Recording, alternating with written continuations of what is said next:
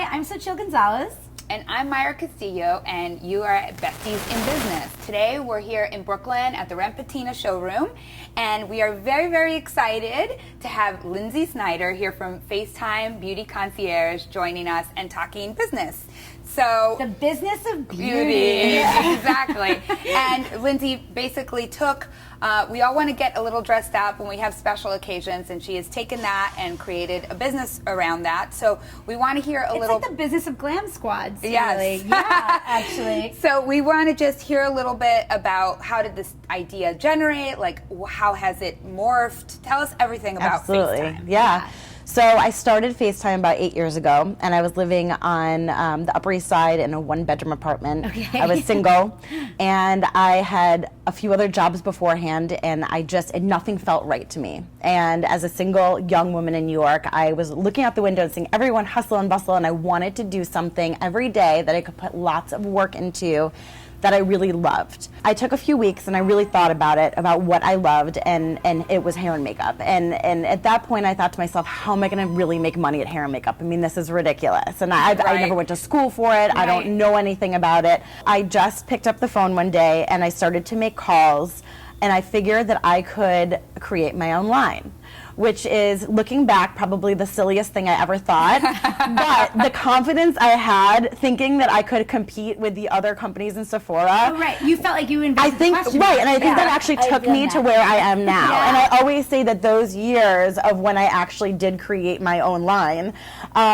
that was my business school. Yeah. So that was my business school, and I ended up breaking even at that point. Wow. Which was actually great because I created everything, and I did the packaging, and I just was making calls. I was going to trade shows. I was talking to people. This is actually really fascinating because nobody knows this. Everybody in the service business is always like, I should have done product. Yeah. And you basically went from doing I started product with products to doing service. Right. Wow. Which was really, looking back again, sort of ridiculous, but I think that really is what sort of got me to where I am. I learned so much about actual makeup in the product, but I also learned about relationships and how to sort of produce the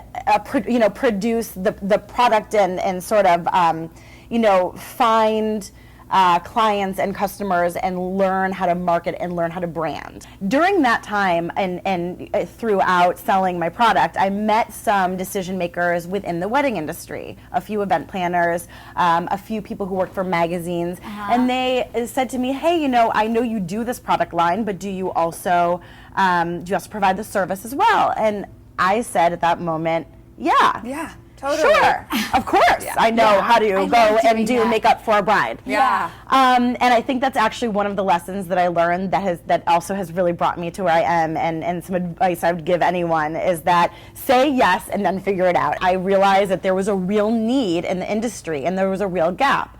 A lot of times the decision makers and the event producers, they don't want to go out and search for freelancers, and sometimes there has to be 3, 4, 5, 6 people on a team, and you have 3, 4, 5, 6 people you have to get invoicing from. So we sort of scaled it down and really made it simple, and we were able to make it simple for the event planner, but also make them look good. Right. And I think that that's really what it was all about, and so that's sort of how we transitioned into what we are today. And at that point, we only could handle a few events a year, and now we're at a point where we have 20 people on our team, and now we're able to fulfill the need of a lot of brides and exactly. So we try to say yes to as many things as we can without completely breaking the camel's back. I know that with FaceTime you have a structure similar to a little of what we have with Just About Married, which is our day of service. And so I just want to talk a little bit about how you find people, how you staff people. I know that and also quality control. Yeah, it's a lot of pressure. And I think any business owner feels it. With my company, it's a little different. We have freelancers who work with us. So they're not employees necessarily working with me every single day. So they have their own lives. They have their own other companies and other events, that they're working on and people they're working for. And I think that mutual respect from the beginning of when you start working with somebody is sort of where you it's where you have to begin the relationship with the people who work for you. Do you find that like you have like that sometimes being a company like works against you in any instances, or not so much? You know, it might, and I just don't know it yet. Yeah. And I don't think that you can ever please every single person and be perfect for everyone. So I actually think that the more we grow, we grow to a place that feels right for me and feels right for our brand, and that might not make sense for certain people, but then it will make sense for other people. So I think organically it just sort of all works out, and works out for the best. Yeah. But I think that we're able to offer that personal touch because I do pick up the phone and call our brides. We have an event coordinator now who's on our team, and she works hand in hand with the brides.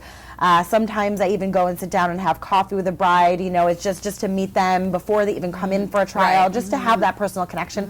I think especially in the wedding industry, it's extremely important to give that. I think there's a lot of competition that competitors that I have in just the beauty world that have looked to technology to make themselves stand out, meaning they use, you can go online and you can, book an appointment for makeup for tomorrow. Right. And I think that's fantastic for some people, but for our major clientele, that actually doesn't work. The old school sort of philosophy works better, which is great because I feel like that's really what I'm good at and that's what I love. Right. Thank you so Thank much you for so coming.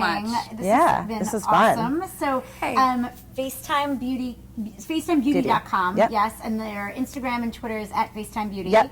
And we were here at Rent Patina, and it was wonderful to have you. It was so fun. Thank you. Yeah, really fun talking beauty business, which is kind of like people don't think about it, and I just I find the whole model super fascinating. And if you want to get more advice from amazing women in business, you can visit us at bestiesinbusiness.com and on social media at bestiesinbiz, B-I-Z. Thank you. Thank you.